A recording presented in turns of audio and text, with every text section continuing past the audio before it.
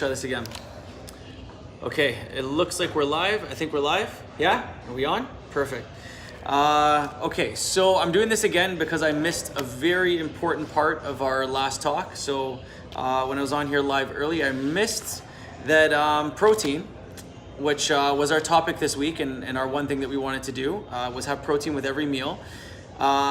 Its most important thing is that it actually repairs a lot of the tissues in our body. So what I'm gonna go over the same stuff that we did last time. Everything that you guys want to have. So with every meal, trying to get some protein with every meal. That includes like your beef, your fish, your eggs, chicken, that kind of stuff. But if you're a vegetarian or you're looking for veggie options, we're looking at your lentils and beans, tofu, tempeh, cottage cheese, and unless you're vegan, Greek yogurt, that kind of stuff. Protein powder also works as well. But this is basically meant to help repair a lot of muscle tissue. When you work out, imagine your muscle like this ball here. When you work out, it kind of gets all deformed and squished and kind of broken down, right? When you end up intaking enough protein, or even just a bit of protein, but hopefully you get enough protein, you'll end up recovering to the point where that squishy ball starts to come full again, right? So your muscles will actually start to repair, which will basically work in coherence with any recovery days or stretching or foam rolling, that kind of stuff that speeds up recovery. All right, so your protein will make that happen.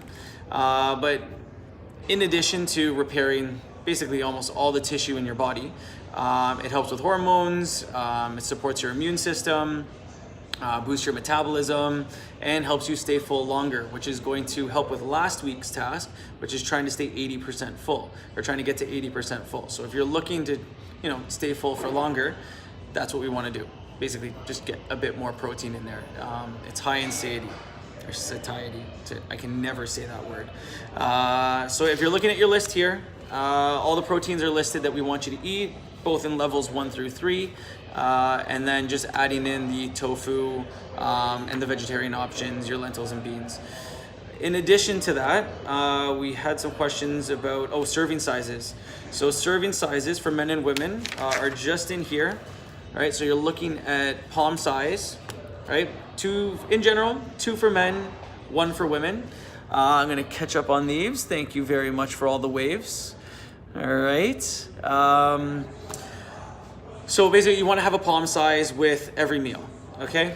If you're eating 3 meals a day, that means 3 times, but kind of be aware that if you're looking to have like an overall protein intake for your day, if you're looking to lean out, you want to have in general about 2 grams of protein per pound of body weight, or 1 to 2 grams of protein per pound of body weight.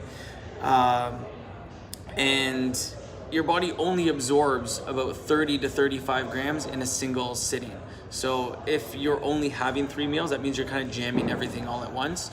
You might want to have a couple of snacks with just a little something throughout the day that'll, help you basically intake or absorb more of that protein and help the recovery process, especially if you're really, really breaking down that muscle to the point where it's like you're extremely sore, right? So that's usually a telltale sign. If you're getting really, really, really sore and that soreness is lasting longer than like the general 1 to 2 days, make sure that you're eating well, right? So if you are getting enough protein and it's high in amino acids, especially glutamine, it's going to help you repair or basically not feel as sore for as long. So if you are getting sore for 3 or 4 days, just let me know and we'll take a look at your macros and basically see if you are getting enough protein. And if you are getting enough protein, does it have the essential amino acids that you need to recover quick enough? Other than that, I think that was all the questions for this week. Unless there's any more here. There isn't too much protein hard. Yes, it actually is. So if you are intaking too much protein, for the most part, if you're taking in a lot of protein, you'll start to notice a few things. One, you'll get backed up, so it kind of sits in there for a little bit longer, and you can get backed up, which will cause you not to go to the washroom as frequently. And then the other thing, if you are taking in a lot of protein, sweat gets pretty stinky, and so you'll notice a lot of people that are doing ketosis, which is basically like no carbs whatsoever, that high intake of protein, high intake of fat, which is majority fat. Breath and sweat really start to smell. But yes, so all in all, protein can be too hard on the kidneys, 100%. And let's see if there's anything else in here. But yeah, just be very careful with how much you're intaking.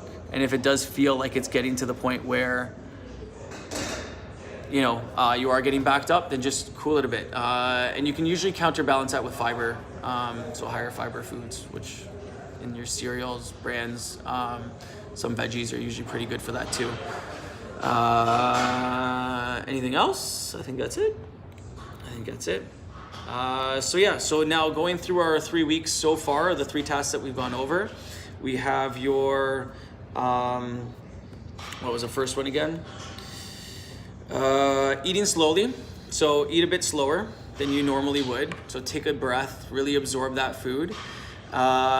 Second, eating until you're 80% full. So your body usually signals that you're full a lot later than when you're actually full, which is why some people all of a sudden get to the point where like, holy crap, like I'm stuffed.